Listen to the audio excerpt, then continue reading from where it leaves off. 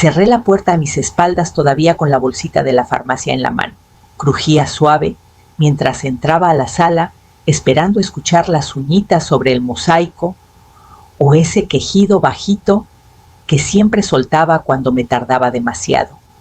Pero la casa estaba en silencio, como si se hubiera tragado el aire. Ramiro llamé.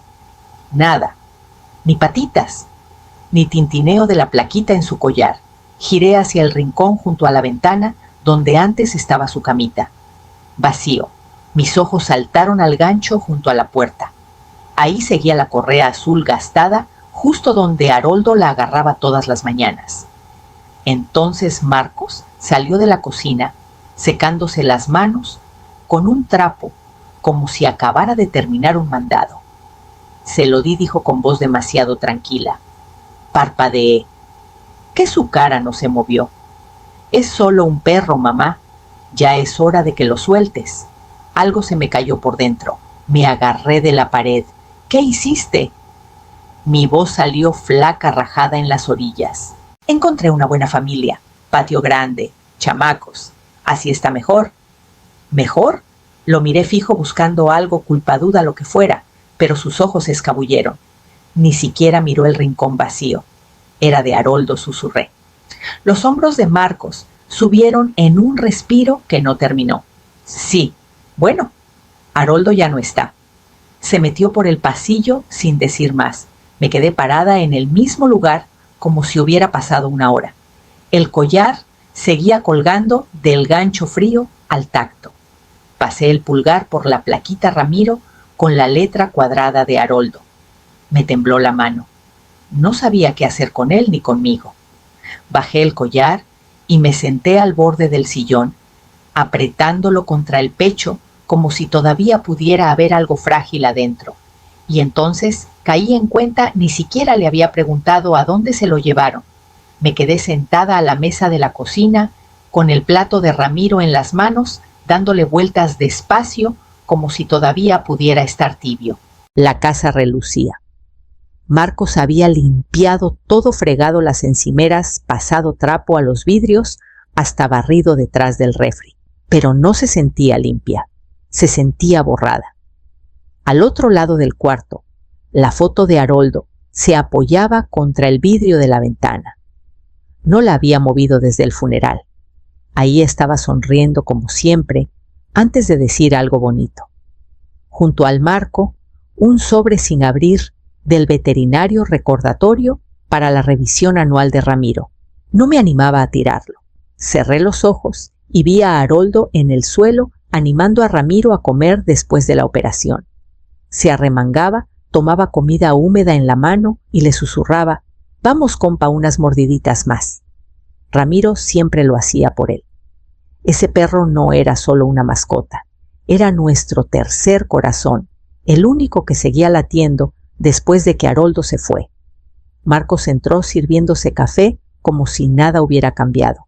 «¿A dónde lo llevaste?», pregunté. Ni me miró. Familia del norte, chamacos. Patio. Así está mejor. ¡Mejor! Tomó de la taza que antes era de Haroldo.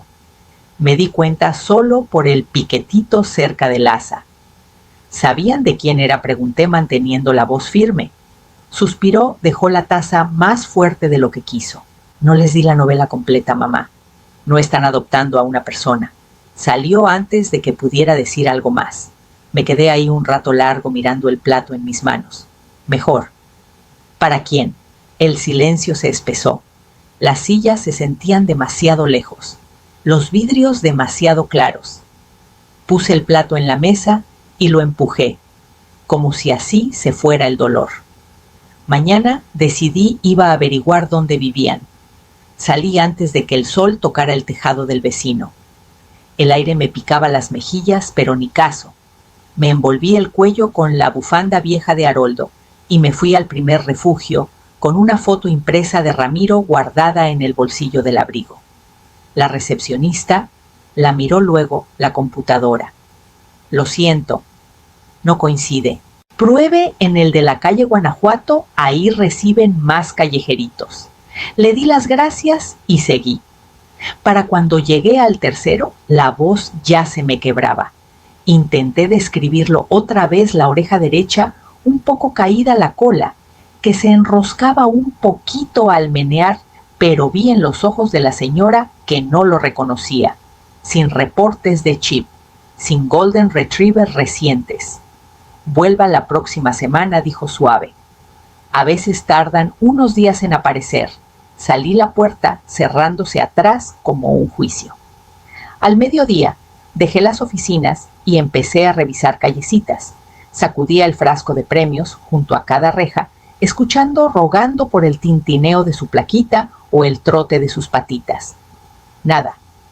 Unos perros ladraron. Ninguno era el mío. Una vecina regando la banqueta gritó: ¿perdió a su chavo? Asentí apenas conteniéndome.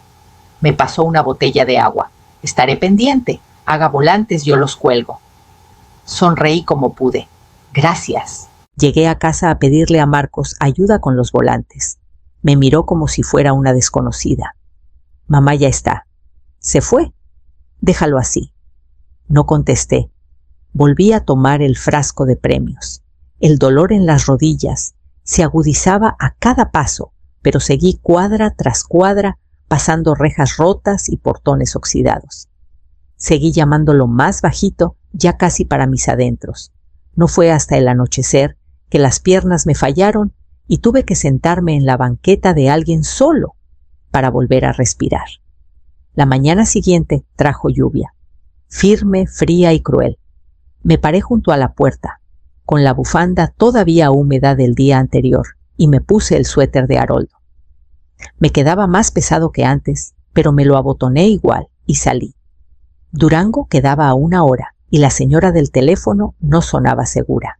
Puede que lo tengamos, había dicho. Golden Mayor muy calladito, cojea de la pata trasera, bastante cerca para mí. Caminé más rápido de lo que debía. Las banquetas cerca del parque estaban cuarteadas y disparejas, pero no aflojé. El corazón me retumbaba tan fuerte que apenas oía el tráfico. Estaba a 2 cuadras de la parada, cuando el pie se me enganchó en una losa de concreto que se había levantado como advertencia. Caí duro contra el pavimento. Primero el hombro, luego el costado, y al final los lentes se partieron contra el borde de la banqueta. Todo se nubló. Un calor filoso me prendió la muñeca. Intenté sentarme y no pude. Señora, llamó una voz. Miré entre gotas de lluvia y cristales rotos. Una chavita 16 tal vez se arrodilló a mi lado, la mochila todavía colgando de un hombro. No se mueva. Pegó fuerte. Asentí el aire, se me atoraba en la garganta. 1 hora después, estaba en una cama de hospital mirando el techo con un cabestrillo improvisado en la muñeca. Una enfermera me preguntó 3 veces si vivía sola. Mentí 2, en la tercera me rendí. Marcos llegó cerca del atardecer con flores del tiendita del hospital.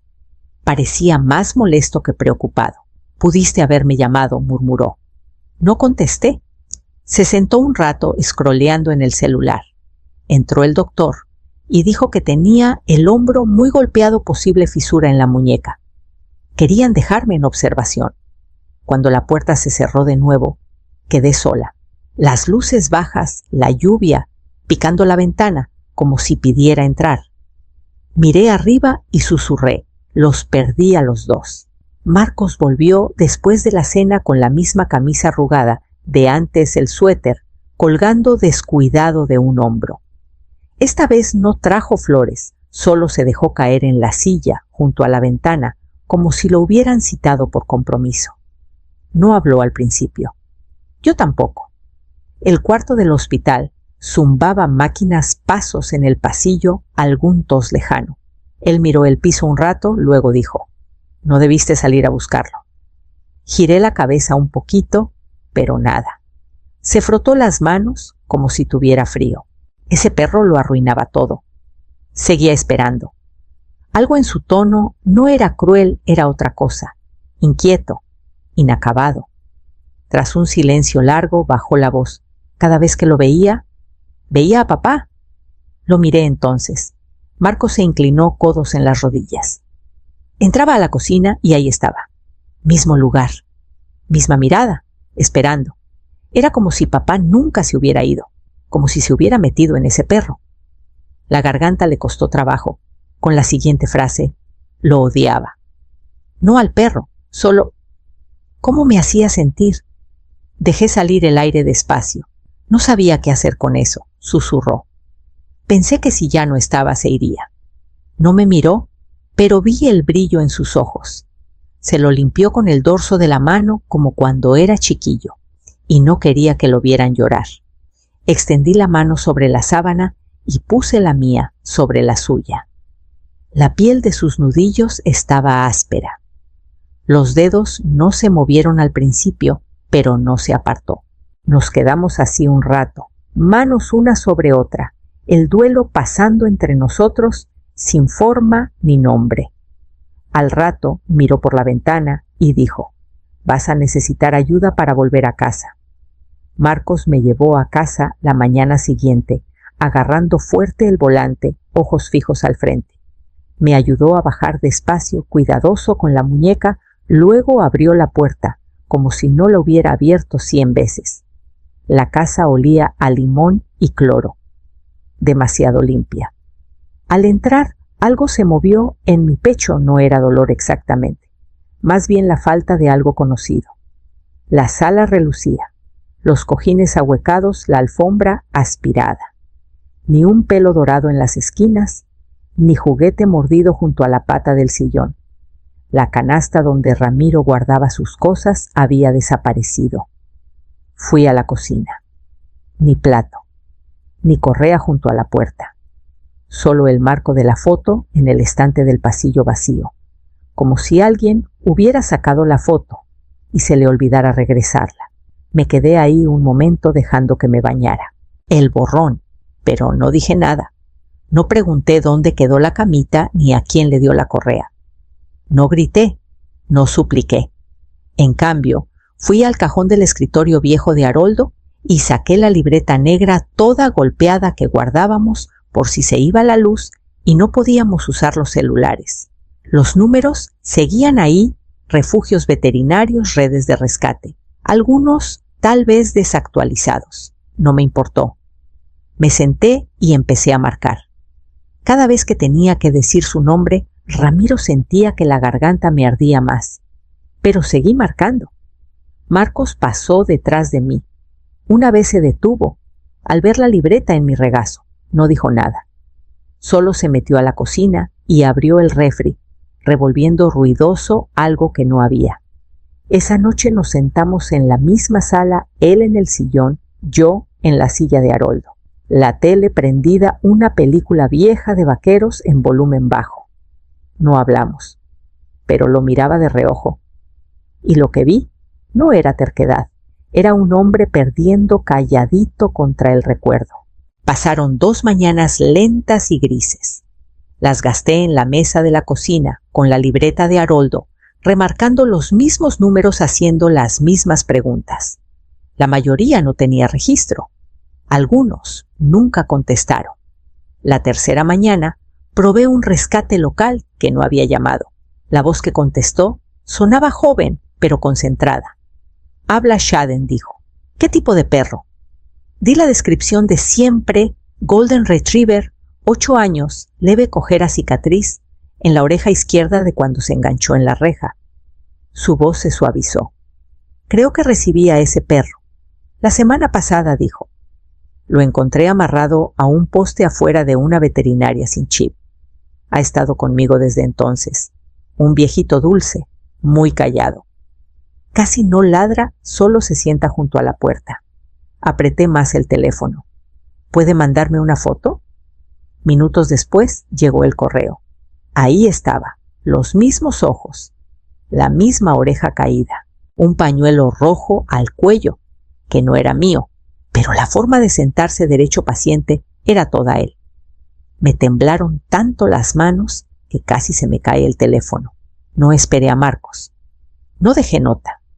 Tomé el carro y manejé siguiendo el GPS por veredas y tramos de milpa hasta llegar a un camino de grava flanqueado por macetas y juguetes de perro.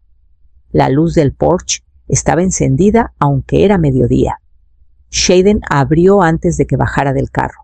«Está dentro», dijo. Ramiro me vio antes de que yo lo viera. Primero escuché las uñas en la madera, luego el quejido bajito, luego el destello dorado. Salió disparado por la puerta como si el mundo se hubiera abierto de golpe. Orejas temblando, cola girando en círculos frenéticos, chocó contra mis rodillas y hundió la cabeza en mi regazo lloriqueando mientras yo le tomaba la cara con las manos. Caí al suelo junto a él, besando su pelo. El aire se me cortaba con cada palabra. «Ha estado esperando junto a la puerta todos los días», murmuró Xaden. Le susurré de vuelta. «Yo también. No llamé antes, no toqué». Abrí con mi llave, empujé la puerta con la cadera y entré con la correa de Ramiro en la mano. No jaló. Caminó despacio a mi lado, como si supiera dónde estábamos, como si nunca se hubiera ido. Marcos salió del pasillo con un trapo de cocina al hombro. Al ver a Ramiro, se quedó a media zancada. Abrió la boca, pero no salió palabra. Ramiro no se detuvo. Fue directo al rincón junto a la despensa y se acomodó en el mismo cuadro de mosaico donde siempre dormía la siesta durante la cena. No gimoteó, no miró atrás, solo se metió al ritmo de una casa que lo había estado esperando. Marcos se quedó helado un segundo largo. Luego cerró los ojos y soltó un suspiro lento. «No estoy listo», murmuró. «Lo sé», dije. Colgué mi suéter y llené un platito con croquetas. Lo puse junto a él como siempre. Comió despacio la cola, golpeando el piso cada tantos segundos. La cena ya estaba en la estufa. Algo que Marcos había hecho pollo, creo, aunque apenas lo probé. Nos sentamos frente a frente, tenedores raspando quedito. El reloj hacía tic-tac fuerte en el silencio. A media comida, Marcos se levantó, fue al mueble, sacó el tazón de acero inoxidable y lo llenó de agua. Lo puso junto a Ramiro sin decir nada. El perro levantó la vista, dio un golpecito suave con la cola y volvió a apoyar la cabeza. No sonreí, pero los hombros se me bajaron un poquito. Algún nudo invisible se soltó. Marcos volvió a la mesa. No hablamos más, pero no era el mismo silencio de antes.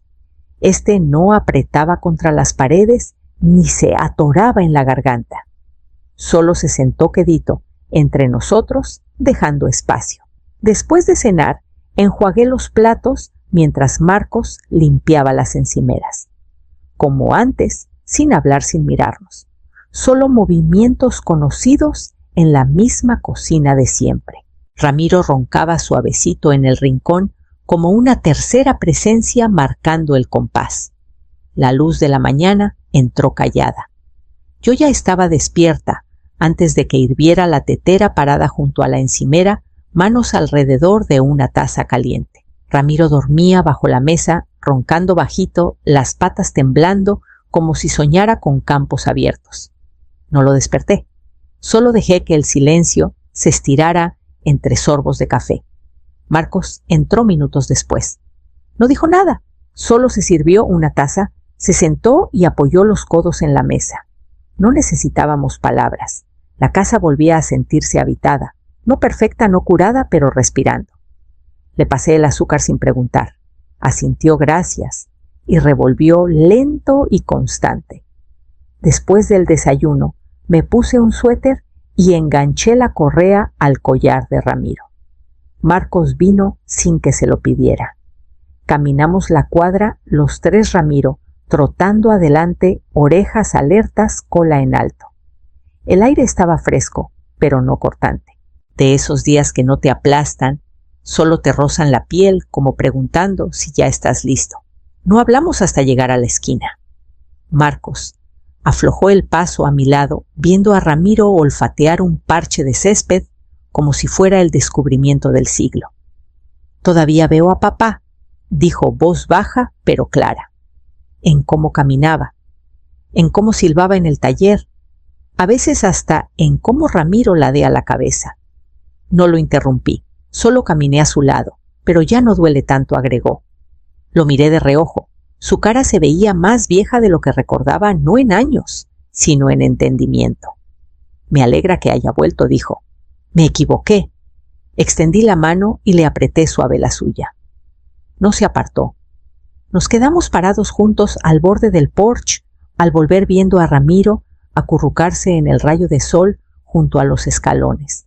Su respiración se hizo lenta, llena y pareja. Ninguno dijo nada más. No hacía falta. Adentro, la ventana estaba entreabierta lo justo para que el aire circulara por la casa quedito y amable. No saqué todas las cosas viejas. Algunos recuerdos era mejor dejarlos doblados en cajas guardaditos en rincones de cajones. Las camisas que Haroldo ya no usó después del diagnóstico, las tarjetas de cumpleaños que nunca abrimos, hasta la correa que trenzó de un cinturón viejo, esa la dejé donde estaba enrollada y callada. Pero algunas cosas las guardé cerca. Ramiro seguía teniendo su lugar en la cocina. Lavé su cobijita y la puse fresca. Sus platos volvieron a su esquina y el ritmo de servir comida, enjuagar trastes y escuchar patitas sobre mosaico regresó sin aspavientos. Una tarde, Marcos preguntó si todavía tenía la foto de Haroldo cargando a Ramiro en el patio, la que ambos entrecierran los ojos por el sol. Le enseñé el cajón donde vivía. Al día siguiente, armó un estante chiquito junto a la puerta. Ahí puso esa foto, un llavero de cuero gastado que Haroldo cargaba y una plaquita plateada con el nombre de Ramiro. No dijo por qué. No hacía falta. Dejamos de hablar de lo que pasó como quien deja de apretar un moretón porque la sanación no necesita recordatorios, solo espacio. Una semana después, salí de mi cuarto a medianoche por un vaso de agua. La sala estaba oscura, salvo el parpadeo de la tele en salvapantallas. En el sillón, Marcos dormía la mano descansando en la espalda de Ramiro. La cabeza del perro sobre su pecho, subiendo y bajando con cada respiro. Me quedé en el marco de la puerta un momento mirándolos. Luego tomé la manta del respaldo de la silla, los cubrí a los dos con cuidado y apagué la luz. El silencio llenó la casa otra vez, pero ya no era hueco. Era suave como un suspiro contenido, como algo frágil que había vuelto sin pedir permiso. Y cuando di la vuelta al pasillo, casi podía sentirlo, ese ritmito pequeño y constante de algo roto aprendiendo a sostenerse solo otra vez.